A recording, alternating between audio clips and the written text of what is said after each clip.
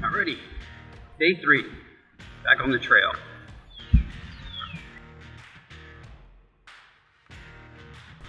So that's the peak I need to hike to.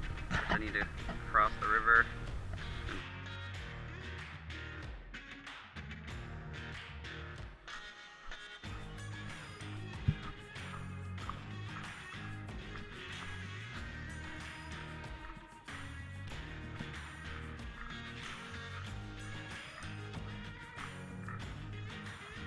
This is wicked cool.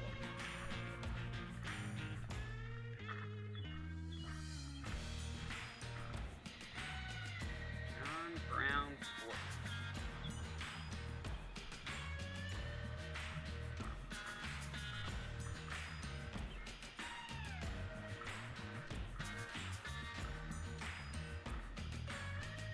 There's a firehouse.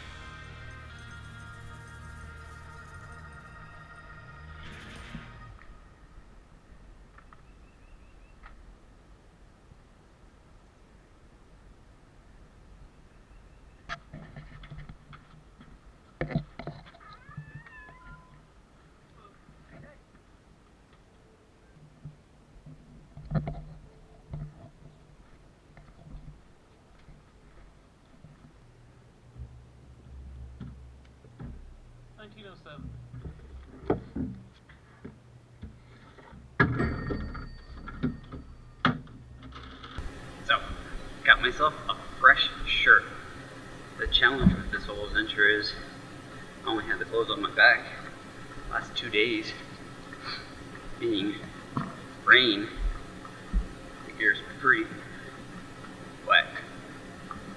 But the Appalachian Trail looks right through this little national park. Harper's Ferry. Went to the gift shop.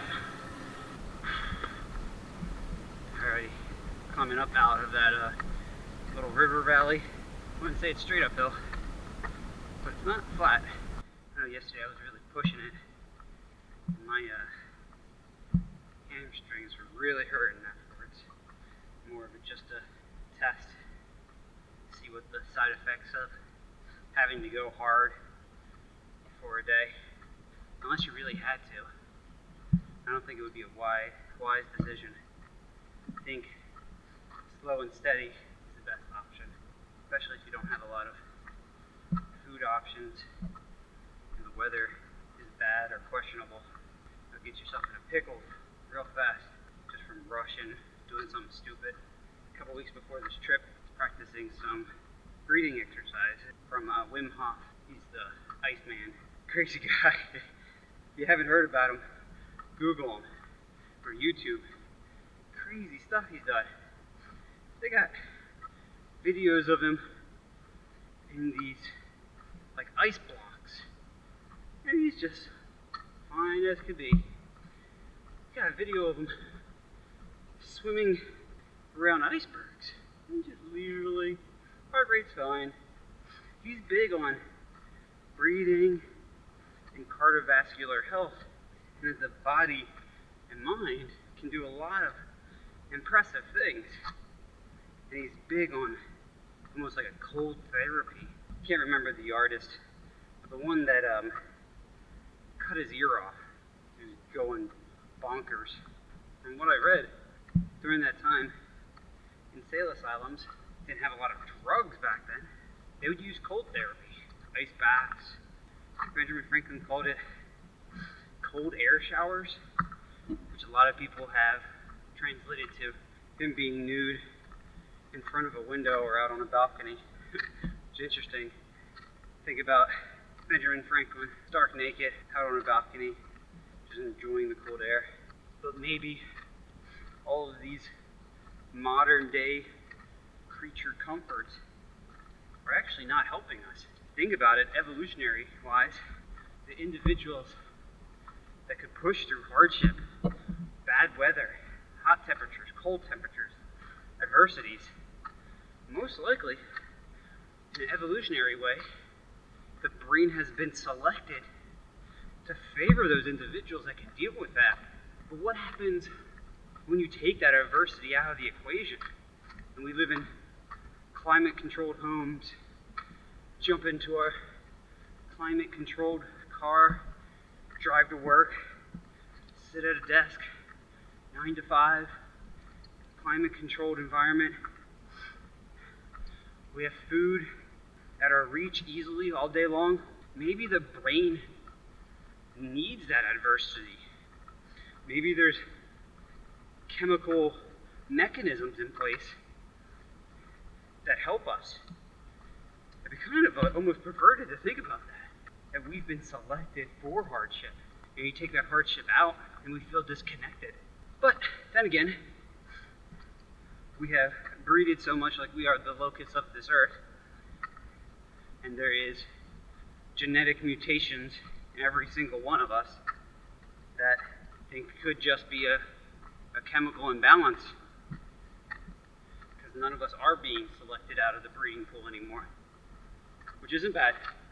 I am not saying that we need to start sterilizing people or culling the herd. It's just, I think, an arrogant position to say that every one of us is perfect. Every one of us is unique, and those mutations could benefit one environment versus another. And truthfully, some of the genes that people have nowadays would probably be hugely beneficial for where our culture is going. But a lot of us might still have some primal defaults that don't work in today's framework of society.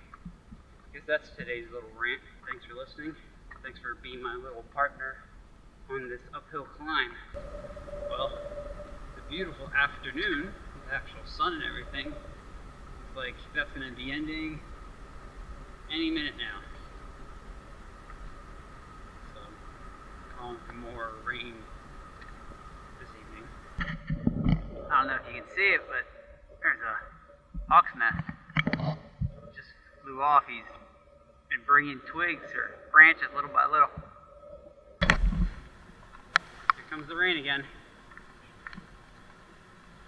I know it sounds stupid, but I'm not going to be putting on my rain gear. Because, first off, right now I have it protecting some of my cold gear, my sweatshirt and stuff. I mean, I could put all that on and hike, but I think I get too hot and just sweat everything. And also, I'll be staying somewhere dry and warm tonight, so it's not that big of a deal if I get wet. It's like I'm taking a nature's version of a shower. These rainstorms have been a tease. It'll be clear, sunny for a bit, and then rain again. It's like one front after another front after another front just coming in.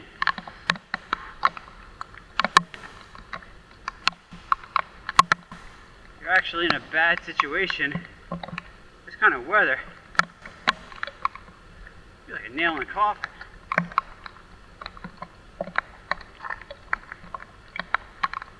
I knew the weather's going to be like this for several days. I really say you just hunker down, stay dry best you could, conserve energy. Alrighty, so with the weather bad, made the decision to go grab a hotel. There's a little motor inn down here. It's $50 a night. So make that happen. Woo. Man.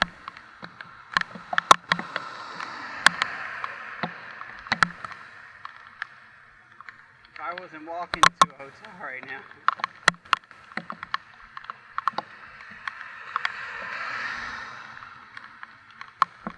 this would suck balls, but it's actually kind of refreshing.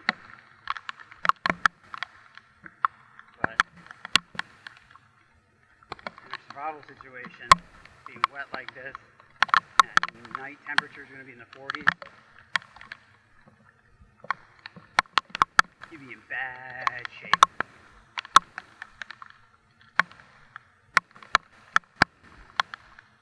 Alrighty. Even if I had my raincoat on, my pants are soaking wet. It'd be no fun. Cold night. Here's to a nice, dry, warm night.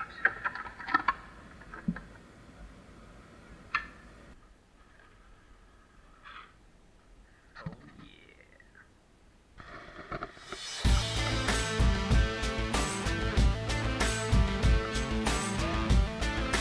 Next up, check out what lessons I learned from this 3-day adventure. Or check out the video where I drank my own piss.